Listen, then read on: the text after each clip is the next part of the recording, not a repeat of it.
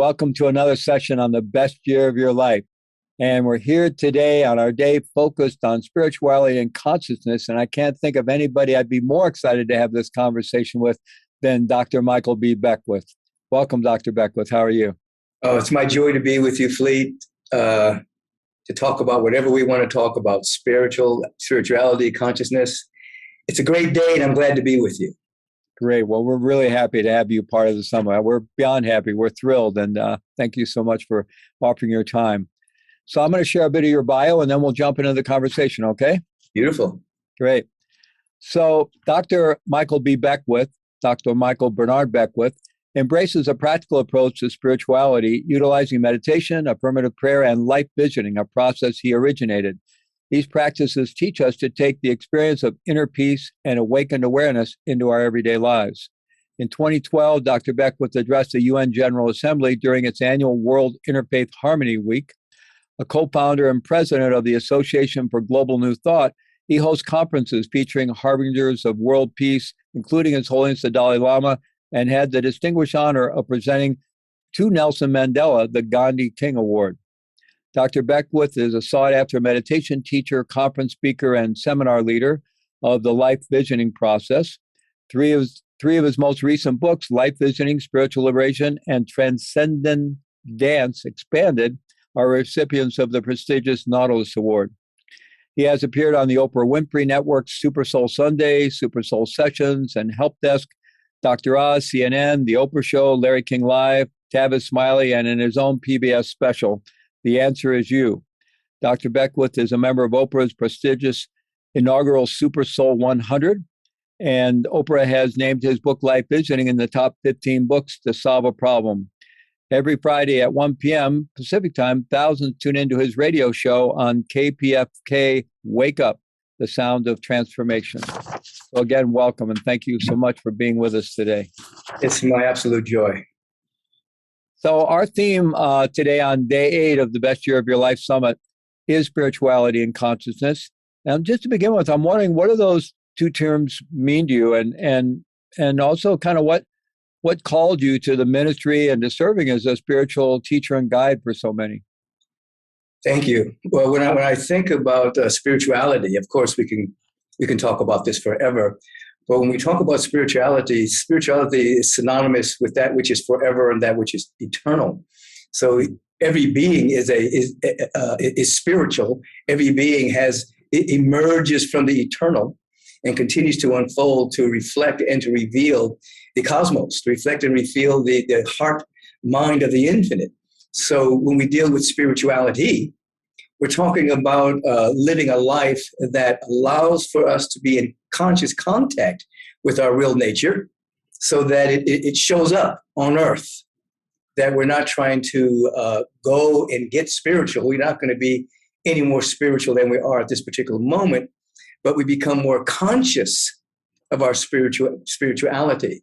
Now, when we use the word consciousness, all of us are pure consciousness, pure awareness.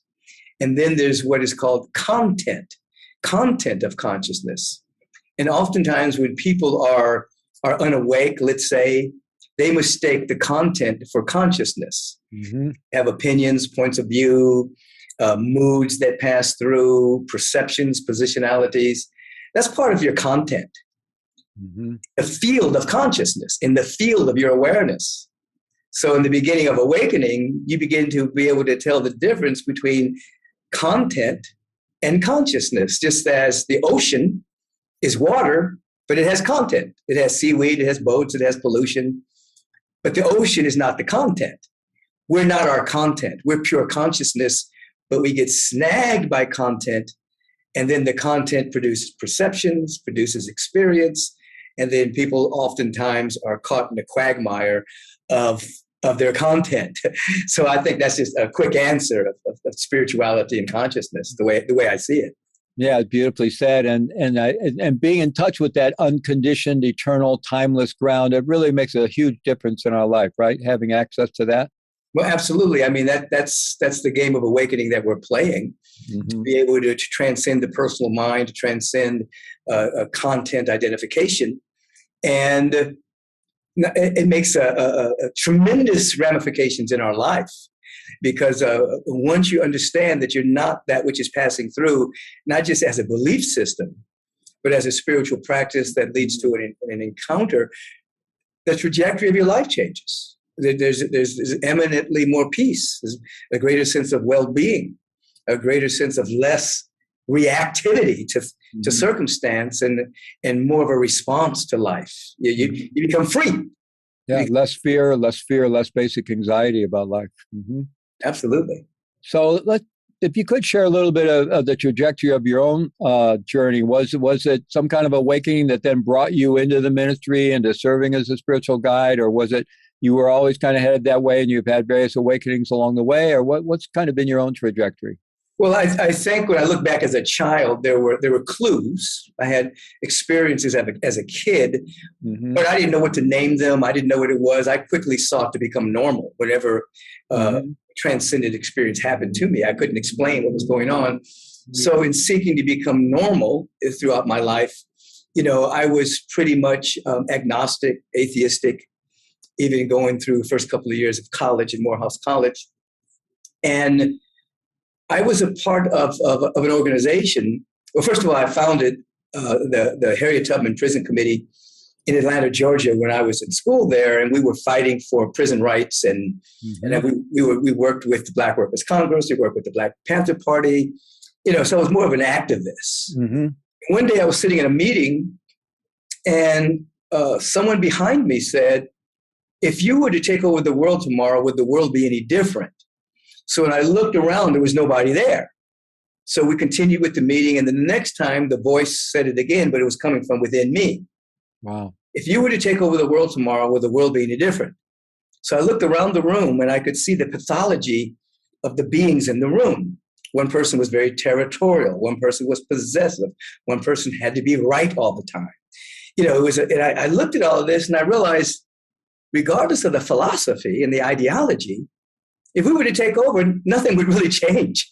And I never went back to that meeting. I enrolled in USC. I moved back to Los Angeles as a psychobiology major. I was on a track to go to medical school. And I began to have a series of inner experiences that at the time I labeled pathological. And I was hearing voices. I was having intense lucid dreams, visions, traveling. I didn't know what any of that was at the time. So I thought that something was wrong with me. It culminated in a lucid dream in which I was stabbed in the heart. These two men held me down, and another man stabbed me in the heart. I'm making this a short version here.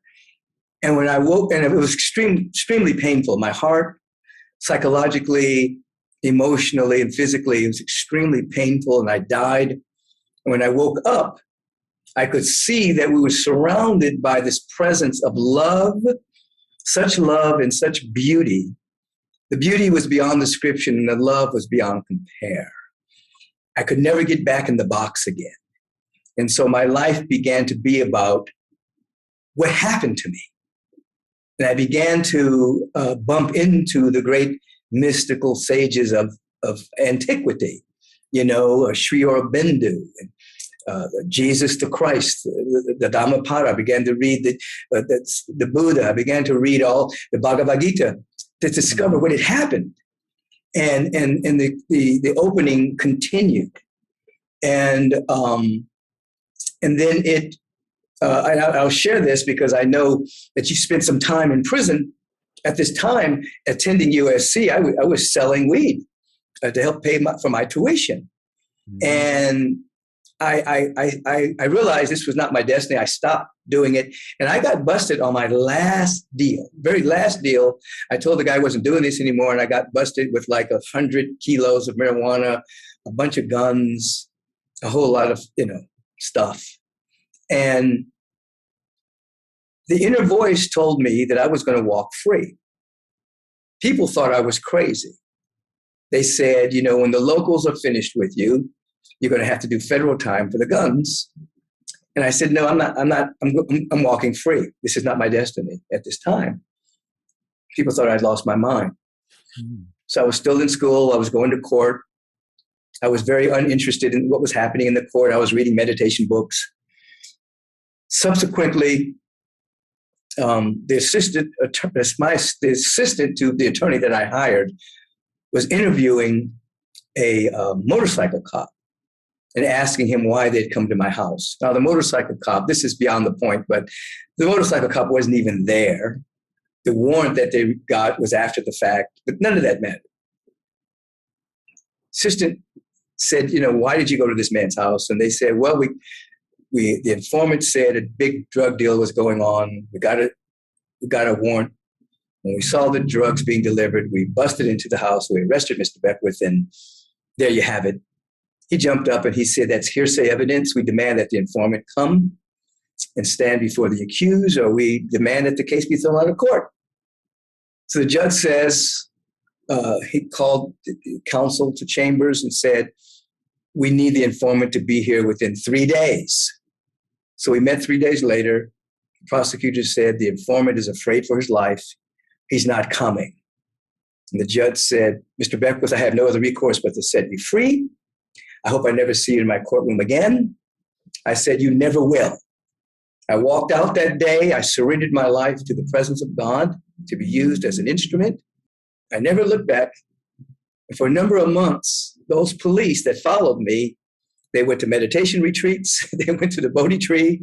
They went to all manner of spiritual programs trying to catch me in something. But those days were gone, you see. And at that particular time in my life, I didn't think I was going to be a public person. I was really practicing meditation and coming into some kind of coherence with what was happening to me, integrating what was happening to me. And I had just a deep love affair with the source, a deep love affair with the presence. I didn't think I was going to be out and about speaking or anything like that. It was the furthest thing from my mind at the time. It was just over a period of time in which people gathered around me. They would come to get counsel from me, to get healings, to get teachings. I ended up becoming a spiritual therapist. I started my own retreats, workshops, seminars, and then I enrolled in the seminary in the School of Ministry. Not to become a minister, I just wanted to be in a higher conversation with people. I wanted to be in class. It took me 5 years to graduate from a 3-year program. And then the calling came upon me. I had to give up resistance to actually start a spiritual community. I did not want to do it, but my lucid dreams and all the inner guidance was literally compelling me to start a community, which ultimately I did. November the 30th, 1986, I launched my first public service. So Agape is now 35 years old, and we've been going strong ever since. So I've just given you a Cliff Note version of the unfoldment of what happened, you see. Oh, it's an amazing story, and I'd love to talk offline sometime because the parallels to my own story are pretty spooky. And it's I was putting myself through graduate school with dealing and long spiritual journey, but mixed up and all that stuff. I ended up actually doing 14 years, and I don't have any regrets because that was really part of my formation and who I am today. Right. I wouldn't have minded at the time if they had dropped my case, that's for darn sure. But anyway, that journey for me ended up being part of who I am today. So, you already went into the second question I had here, and that was that you did found Agape International, and Agape often is translated as unconditional love. And so we were talking about awakening and consciousness before, and that can be that world beyond the condition, beyond the self. And, it can sometimes be looked at as a kind of emptiness, not a voidness, but a kind of, beyond, but yet it's not really empty. There's an energy there. And I'm wondering, why you chose Agape as the name for your community and your ministry. It's got to have something to do with this quality of unconditional love. Oh, absolutely. I'm keenly aware that we are on the planet. We've taken a human incarnation to perfect our loving. I mean, this is why we are here, to actually grow in love and kindness and compassion, to actually not allow that to be merely a belief system or something that's in a Bible or a spiritual textbook, but to actually live that. And so I was greatly influenced by Dr. Martin Luther King Jr. I met him as a small boy, like 9 years old, at Holman's Methodist Church when he was on a West Coast speaking tour, raising money for SCLC. And then subsequently, I can remember hearing him speak about agape love. And he described it as the love of God operating in the human heart. And so when I was doing my seminar work, the name of the seminars was Agape Transformationals. Agape, unconditional love, and transformational. I was inspired by Malcolm X, who had gone to prison, had a great transformation, and came out a different being. So I combined it and called it Agape Transformationals. And then when I started Agape, I just took the name Agape because I do still believe that we're here to perfect our loving. And as you've indicated, you know, it's sometimes translated as emptiness when you study the Buddhist text. Mm-hmm.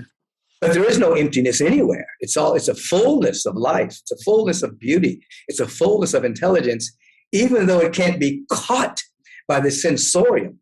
The eyes may not be able to see it. The ears may not be able to hear it.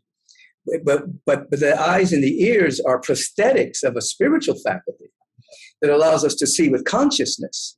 So we begin to see the fullness of beauty and of life and of love everywhere. And that each of us are luminous beings. And some people have a ceiling on their love. Some people are ignorant of it. But it's still within us. So we're here to awaken to that and to allow it to be the activity of our awareness. So I took Agape because I was inspired by Dr. King, and that's what we're seeking to do as a community. When we visioned Agape back in 85, and then birthed it in 86, we embraced a vision. We wanted to be the next iteration of human consciousness. We wanted to be the next unfoldment of evolution of the human species. That was a very bold and big statement, you know, but we embraced it, and we know that's to be the tip of the spear of transformation and loving. You see, yeah. And I know along the way you've taken what I think you use the term trans-denominational approach, and I know your work involves meditation, affirmative prayer, and a process you call life visioning. I'm wondering if you could talk about just your overall approach to the spiritual journey and how you guide people and what you offer to people in terms of the things that they actually do to develop themselves and evolve into realizing that these qualities of awakening and agape and so forth. Absolutely. As you indicated, with trans-denominational, the word trans means to go beyond, and we go beyond denominations. We know that this presence, by whatever name we call it, love, beauty, intelligence, life itself, is infinite, so it can't fit into a denomination. And so we're beyond denominations. We're beyond religiosity. We practice meditation to catch insight and revelation into truth, so that beyond denominations, we want to know what is real and eternal, and allow that to be active in us. So meditation is our foundation piece. You know, that's the foundation. Affirmative prayer, we practice affirmative prayer. We fall in love with praying, not begging or beseeching a reluctant deity somewhere. But prayer is what allows us to work on ourselves, to have a realization of that which is so, the suchness of life, the isness of life, the abundance, the joy, everything that's already here, even though it might be covered up by experience, might be covered up by time, it might be covered up by perception, it's here. So prayer allows us to actually realize that which we're praying for is already here. We just have to remove the obscurations from the mind to see it. And life visioning is the step beyond visualization. Visualization is like beginning steps of metaphysics. You visualize something you want, you feel that you have it, you have a certain kind of an emotional and psychological bond with it, you describe it, you articulate it, you hold that space, and then, it may begin to come into manifestation. But visioning is different. Visioning is saying that there's something already within us that might even be beyond our present paradigm of what we could visualize. And then what we're doing is putting ourselves in a position in a meditative protocol to ask certain questions, to allow that which is within us to begin to come forward, to begin to guide and direct us, to begin to come into our awareness. So we can ask a question such as, what is it that's trying to emerge in my life right now? What gift do I have to share? Using the word God, knowing that God is not a man in the sky, but a presence that's never an absence. What's God's idea of itself as my life? Visioning is inviting that which is intrinsic to come forth and begin to come into our awareness. We begin to ask, what is it that we need to become in order for this vision to manifest? We ask, what do we already have within our consciousness? What can we get rid of? It's a series of questions given in a meditative state so that we begin to cull from our own being why we came to this planet. So if you imagine an avocado seed doing a vision process, it would see an avocado tree. If an acorn would do the vision process, it would see an oak tree. When we do a vision process, we begin to catch something about us that wants to come forward. So we use meditation, affirmative prayer, life visioning, sacred service. We want to put ourselves in a position of sacred service, study, fellowship, doing inner work around forgiveness in order to be great instruments to do the work that we're called to do on the planet, you see. Yeah. So I get the sense the style of meditation you all work and the affirmative prayer, there's others. I would imagine there's some stillness and quiet aspect, and as well as a more expressive, maybe the prayer more expressive. And I really like what it's, and I recognize the influences from Sri Aurobindo and other traditions of Bhagavad Gita and Buddhism with a more non-dual approach where, it's already there, right? It's what we're really allowing what's already there to arise. Absolutely. Matter of fact, one of my teachers that greatly influenced me was Sri Aurobindo. I went to Oroville, I went to India. His work influenced me greatly. Dr. Howard Washington Thurman influenced me. Walter Russell, one of the great mystics that emerged out of America, influenced me. These were great influences, particularly when I was waking up, because I didn't have a teacher, so I didn't know what was happening to me. So all my teachers were dead, and so they influenced me from the other side. So there's a great degree of stillness. As a matter of fact, every Sunday I do the Way of Meditation service. It's at 6:45 a.m. I give a 10-15 minute Dharma talk, and then we practice meditation, and it's still, and it's a very large service. People from all over the world tune into it, and then the next two services are more celebrative and worship with music and all of that. But the first service is a meditation service, and then we have a meditation service at 8:30 and a meditation service at 11 that precedes the main services. So meditation is built into the fabric of our community. It's most important. And so you have the local community that attends in person there in LA. And is this also broadcast? Because I know Agape is very much an international community. Yeah, and during the last couple of years, obviously, with this lockdown of healthy people, it's totally broadcast around the world. So we're in 80 countries right now. Wow. Last time we checked, we have people from 80 countries tuning in. I think last year there was a leap where over 1 million people started tuning into us. They found us. A lot of people found us during the lockdown. Now, there was a lot of people even before the lockdown that were tuning in because we were live streaming. But during this last couple of years, it's increased. So even when people could come to Agape, the sanctuary holds 1,900 people. We have 3 services. The last 2 services were pretty packed. Most of the people were still online, you see, and so it's still obviously true today. Yeah. So one way to think about today on the summit is, it's really about our spiritual journey, whatever that means to any one of us, and our spiritual evolution, our spiritual growth as human beings. And so I'm curious as to your sense of how do we know if we're growing spiritually? What are there signposts along the way? What are some of the, you could think about, well, I'm becoming more mature, I'm growing emotionally, lots of ways, but the sense that I'm actually evolving spiritually, how do we get a sense of that? I think what happened, we do spiritually mature, and we find ourselves less reacting to circumstances and conditions determinate of our moods. We are aware, we become more aware that sense of peace that arises, that sense of love is actually independent of a condition. And we're able to hold that even when plans don't go our way. We're quicker to forgive. We're quicker to act from a sense of compassion.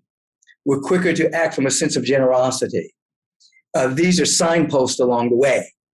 It's not just, how much stuff you get in the world, how much you acquire in the world, because that may not be your particular lot to have a lot of stuff,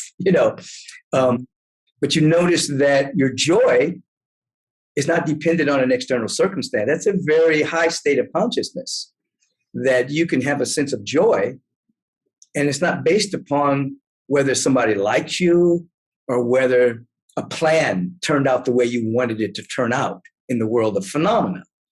These are great signs along the way.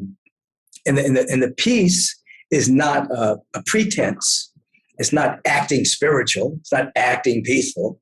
There's a real sense of peace that happens.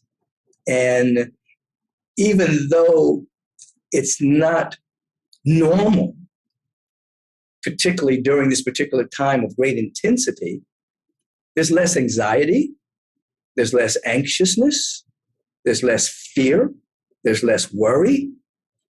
Even though you're in the same world that everyone else is in, your response to it is a little different. You're not sublimating your emotions, you're not bypassing, but you're in tune with something. And you just see life through a different perception, you see. Yeah. Wow, beautiful. Yeah, I had certainly had many experiences of joy, happiness, even ecstasy in my life going along, but it was actually in prison when I began through practice to develop an abiding sense of joy and peace in prison, where there's really nothing obvious to be happy about, right? The conditions aren't something to be happy about at all, but to be able to, through practice and spiritual work, have that sense of abiding joy that wasn't related to the external circumstances. It really gives you a profound sense of confidence in something. Right, and because you can do that, we're regular guys, you know what I mean? And because you can do that, and because I can do that, anybody can do that. Absolutely. With the level of practice. You reminded me of someone that used to attend Agape. Did you ever meet, you know who Clarence Chance is? What's the name? Clarence Chance. No, I don't know him. He's an individual who spent 17 years in prison, and he spent 17 years in prison for a crime he didn't do. And he eventually got out with the Innocence Project. But he was in prison, and someone tossed a book by Krishnamurti onto his bed one day, or he found it there, and he ended up reading. He was just waiting for the cavalry to arrive any moment. This is America. I'm innocent. I know I'm going to get out any moment. And 1 year turned into 5 years turned into 10. Anyway, he read the book and he began to do spiritual practice. And in around the 12th year, he became free. He was free in prison. Yeah. And then subsequently, he learned how to play instruments. He learned art. He developed himself into a very artistic being. And then eventually, he was freed physically. And I remember when he came to Agape, he was saying that on his way to Agape, he saw this car accident and these people almost fighting over bent metal. And it was blowing his mind how these people were fighting over bent metal on a car. They were both okay. Nobody was hurt. It was just the car was a little banged up, and they were about to go to blows over it. And he was aware that they were imprisoned. They were more imprisoned than the people in prison. And then he saw people at Agape rushing to get to meditation service, and they were stepping on flowers, stepping over these flower beds to get to the meditation service. And he saw, all of this unfreedom in free people. And I remember he spoke to that when he came to Agape. Yeah, absolutely. Yeah. Yeah, I think there's many who have actually found freedom in prison, and many don't. Sadly, it can be terrible places, but many have. And there's something about that.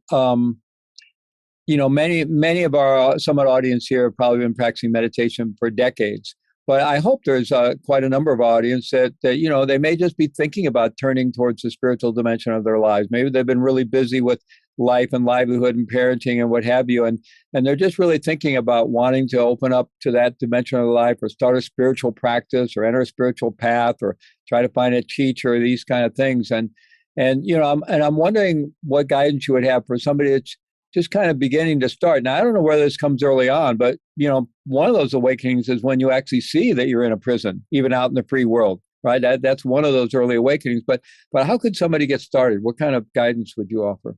Yeah, I think, first of all, I love what you just said, because that's the beginning when you actually realize you're asleep. I guess it was Heidegger that talked about the fact that a blind man that knows he's blind can easily more walk around the world. But if a blind man doesn't know he's blind, he gets into a lot of trouble. So Jesus had a statement, I not only have come to allow people who are blind to see and people who are deaf to hear, but I've come to make people who see blind and people who hear deaf. In other words, I've come to eradicate, the way you're looking at the world so that you can actually see. So, once we realize that we are in some kind of mental, psychological, emotional prison, sometimes it happens through pain, then we can begin. We begin our process. And I would say that when we begin the process, we begin with an intention. Intention is like a rudder. It gives us some kind of direction. Of course, we all know the byproducts of meditation in terms of heart coherence and brain coherence and blood pressure and there's a lot of good benefits physically from meditation. But I think spiritually, when we have an intention, when we sit, we establish an intention to wake up. It's that intention to have a realization, an insight into our real nature. So we start with intention, and then we take our attention and we embrace our intention. And after a while, the intention becomes like an inner feeling tone. And every time you sit down, that intention is there, even if you don't verbalize it. And then from that, I often teach that you sit as if somebody's about to tell you something very important. So there's a whole availability, a whole listening that's beyond the ears, beyond the eyes. And then you sit, even if you are a veteran or if you're just beginning, you sit always as if this is your very first time. And so I think if you bring those particular elements, intention, attention, a soulful availability, and this is my first time, and you have some modicum of practice every single day to the best of your ability. If you don't do it, you don't beat yourself up that you missed a day. You just start again. Something begins to happen. You begin to clear away the film. Your perceptual windows begin to be clear, and sometimes you'll have an insight into reality, an aha moment into that which is real. So there's a movement of a slow process of cleaning the filter, and then there's sometimes a dramatic satori moment of seeing like you've never seen before, but it just ebbs and flows like that, and the intention gets stronger. The practice becomes a part of your habit. So it's like brushing your teeth. It's like taking a shower. It's just your inner shower that you do on a daily basis. You don't feel like doing it. You do it anyway, even if it's for a few moments. And then you notice as months and years go by, There's something about you that's different. There's something about you that's left behind. And there's something about you that's being polished. And as you asked earlier, you start to notice that you're a little different. Things that used to bother you, you may not prefer them, but they don't bother you as much, you see, because you're touching something within yourself that's eternal and real. Yeah. Yeah, beautiful, beautiful, Michael. So, yeah, you just gave us a profound and classic instruction in basic mindfulness and awareness meditation, intention, setting the clarity of intention, then bringing attention, and then the attitudinal qualities of that attention, right? And, you mentioned Suzuki Roshi's classic beginner's mind, right? You sit down with that beginner's mind, right? Yes. Absolutely beautiful. So I really invite people to come back to that again and again, because that was it right there. That's the core of meditation training right there. What about the community aspect? What about the fellowship? I know that's a big part of Agape. So what, in terms of our journey, finding, like-minded, people we can take that journey with, or just, some would argue that the real expression of any real spiritual evolution really shows up in the relational field. That's the only place you can really see it. How are we with others, right? How do we show up in the world? And so a lot of times the field of our practice, we got to do that internal individual work. But another important field of the practice can be the community, right? So I'm curious about that for you, because obviously I know that's been a big part of your journey. Oh, absolutely. I mean, even the Buddha talks about the Sangha, the community and the community. I've said over the years that community ultimately grants you immunity from the lower frequencies of life. That when you're in a community of people who are practicing, there's a rich field of insight that occurs. And when anyone has an insight in that field, it has a tendency to draw everyone into that particular insight, even without language, without verbalizing it. If you're in the field itself, that particular local noosphere, mental atmosphere can affect everyone. And as you've indicated, it gives us a lot of practice, because in the relational field, that's where you practice your forgiveness. You practice your generosity, you practice your compassion, you practice your honesty, you practice, articulation, conversation. If you're sitting on a mountaintop by yourself, how do you know if in fact you've stabilized around a particular state of consciousness? You go visit your family, you come into spiritual community, you enter into some kind of relational dynamic, and then you're able to see, oh, did I really stabilize around a non-reactivity? Did I really stable around loving? Or was that just a fleeting moment? Did I really embody it? So the community gives us a place of embodying an insight, and it gives us a place of practice, and it gives us a place of loving intentionality. And also, people get to see when they come that they're not alone, that there are other people that used to be outliers, where people thought they were weird. You see, there's a whole bunch of weirdos here that are playing together, praying together, healing together, doing sacred service together, and it's a level of comfort to know that, there are other people that and playing the same game of awakening as you are, and we play together, we have fun together. It's an interesting dynamic. Well, I want to ask you in a moment about, you mentioned sacred service a couple of times, so I want to ask you about that. But first of all, I'd like to ask you about the role of mentorship, guidance, teachers.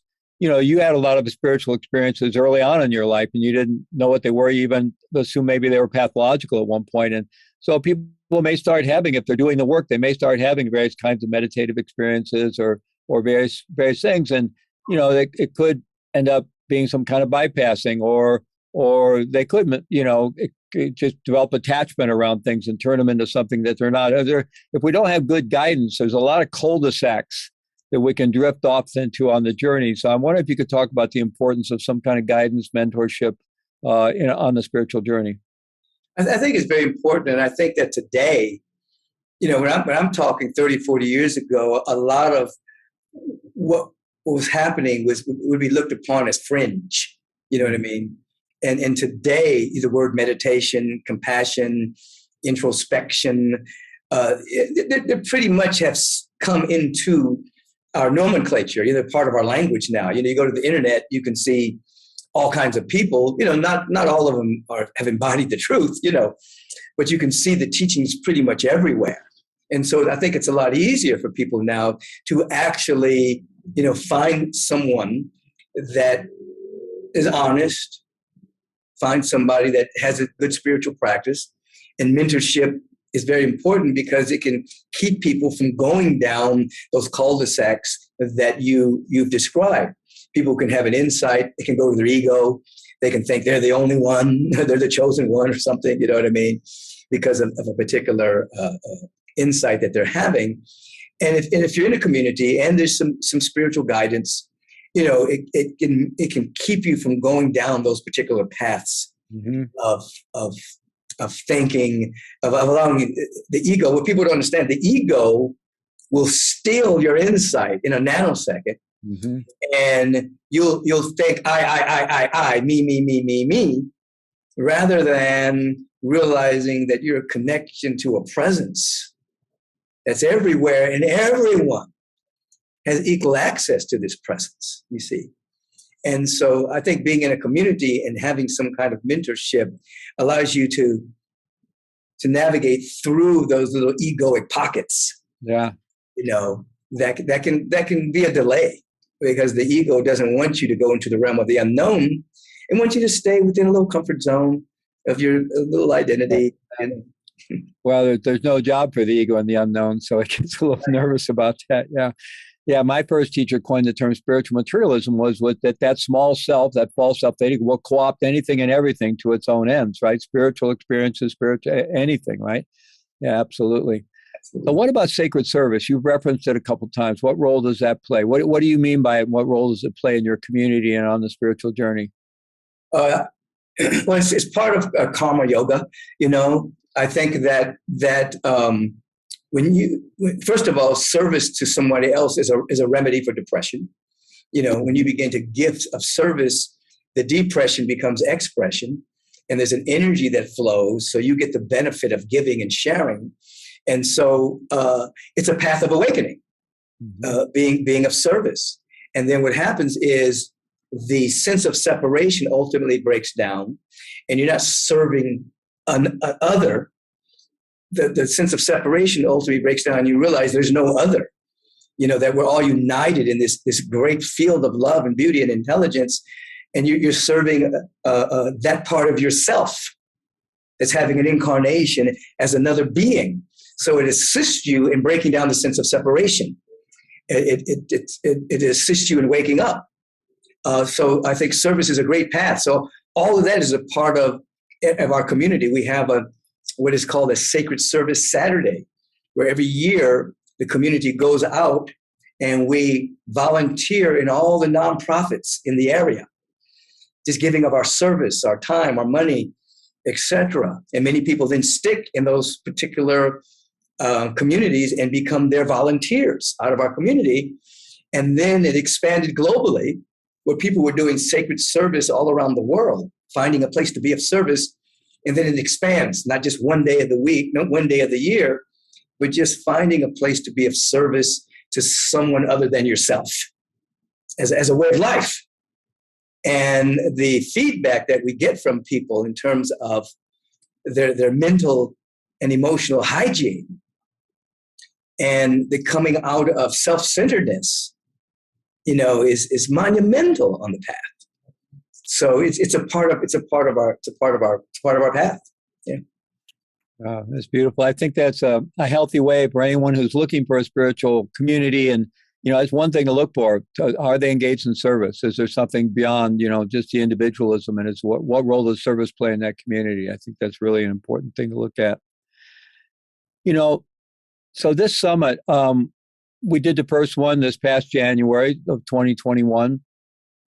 And it was meant to be an alternative to, the idea of New Year's resolutions, which had the data on those is very dismal. People, we run from them as soon as we make them. Something like 5 or 6% of people follow through. And we thought we had some understanding about why that is. And so this summit was meant to really give people what they need in terms of the inspiration, the science, the understanding, the insights, to really move forward in their lives and whatever domains of their life they'd like to move forward in. And yet, we started this in the middle of the pandemic. And, here we are again. And, we're talking about love and unconditional love and agape. We're talking about awakening and spiritual journey. We're talking about connecting with a mindset of abundance and possibility. And yet, we're and connectedness. And yet we're at a time of increasing disconnection. And so many people are experiencing a sense of profound scarcity and fear and anxiety, not only with the pandemic, but also with, the emerging climate emergency and or that's already here, and, increasing divisiveness here in our country and all around the world. And, you started off as an activist, and, that work is not finished. And activism is really important. We have a lot of justice work yet to do. And yet sometimes that ends up, being wrapped up in personalities and aggression and anger. And, I love Dr. King talked about the need to balance love and power, that love without power, I think he said, is anemic, and power without love is destructive, or something like that. And so, we're in a really, I think, a rough time right now. And so how do you square that? The idea of let's all get in community and find, deep inner direction and abundance together, versus while the world seems to be on some level burning down around us. Right. Maybe that's an overly negative view, but it is a challenging time. Well, I think that there's two ways that I definitely encounter that. One is, as you indicated, people all over the world are going through changes. There are climate issues, there are tornadoes, there's tsunamis, there's drought, there's war-torn areas where people are scavenging for food and safety and protection. So I tell people, one, if you can be in spiritual practice and you can be in sacred service, then you must, for those who can't. If you can, you must. You must stand in proxy for the individuals right now who are scavenging for food. They're not thinking about spiritual awakening. They don't have time to think about for spiritual awakening because a bomb has just dropped in their backyard, or their country just got occupied by an aggressive country, or a tornado has just hit. So because we can, we must do it. So I let people know that, we have to infuse into the mental atmosphere these insights that we're having, so that there is progress in humankind based on the seeds that we're planting based on our spiritual work. We don't do work for our just our little selves, navel gazing for ourselves. We're doing our work for the evolution of our species, you see. And then I let people know that, one, the universe, which is the outpicturing of the heart and mind of the infinite, is progressive. It's even when there's a little contraction, it always expands. It's always expanding to reflect and reveal the infinite nature of the presence, so that injustice, dictatorship, all of this that becomes stagnant around might makes right, racism, bigotry, ignorance, can't last forever. Even if people are using metaphysical laws to do negative things, life is not going to work against itself.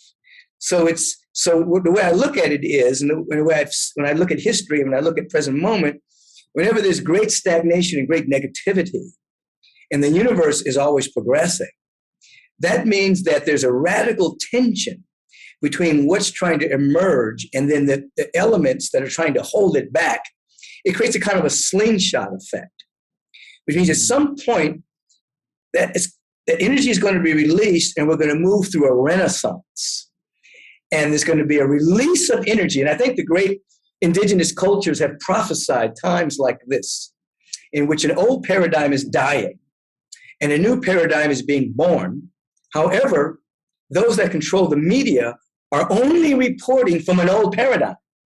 They're reporting from fear, doubt, worry, lack, limitation, scarcity, hate, separation, polarity. We are the ones that are beginning to report from possibility and the new paradigm. And so when that energy shifts, that energy is going to move through individuals who've been doing the inner work, and they have the capacity to hold more wattage. Just like there's electricity everywhere, but you can't see it. unless you have a microphone. You can't hear it unless you have a microphone. You can't see it unless you have, lights, luminosity, a light bulb. But the presence is everywhere. But it's going to flow through individuals who are doing the work and are being prepared. Because no, peace doesn't roll in. As Dr. King said, peace does not roll in on the wheels of inevitability, but it rolls in on the backs of those who tirelessly hold hands with possibility. Of course, I'm creating my own way of saying that. So when I look upon what's happening right now, I know we're in a great sea change. The media is telling us they're reporting from the old. You and I are trying to report from the new. We're trying to get people ready to hold more wattage. So as the slingshot is released and the energy seeks to catch up with the progress of the universe and the progress of Mother Earth, who's vibrating higher than she's ever vibrated before, it's going to come through us. We're going to build a whole new way of living, giving, sharing, shining, glowing, compassion, generosity. And so, yes, it looks bleak, but life, what I know for sure, and what's been shown to me, is that life and love always wins, because life doesn't work against itself. So you can have potentates and people, billionaires trying to do whatever they're trying to do, controlling people, whatever the case may be. It's not going to work. It's not sustainable. That which is against life is not sustainable. And eventually it crumbles. And so we have to hold this, we have to do our work so well that we become, even before it manifests, we have to become the energy of that which is trying to emerge. You see, so that's kind of where I hold it. That's where I hold it. If we can do the work, we must do the work. And we're in a great sea change.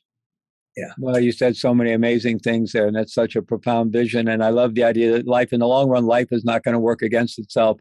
And I get the sense that we're not meant to stand back and watch that either. You're calling us to participate. Life is calling us to participate in life, not working against itself. I'm still an activist. I'm still, I'm not, but I'm a spiritual activist. Yeah. Which means I'm not going to allow what I'm against to be bigger than what I'm for. Right. You see, yeah. Yeah. And I love what you said about carrying more wattage. And in my own Tibetan Buddhist tradition, we call that lungta, and it's basically life force energy. And part of our spiritual work is to grow so we can hold more energy and transmit more energy and hold that and participate in that process of that increase. And that takes the work that we're all called to do. So, wow, this has been really beautiful. And I'm sure it's going to stimulate a lot of creative thinking and journeying for our summit participants. So thank you very much, Michael Bernard Beckwith. Wish you all the best. Thank you for honoring your own spiritual journey all the way to where you've been able to help millions of people. And thank you for the work you continue to do. Hey, Fleet, thank you for being you. And thank you for everything you went through to be you and to spread the good word. Appreciate you, brother. I appreciate you too. Thank you very much.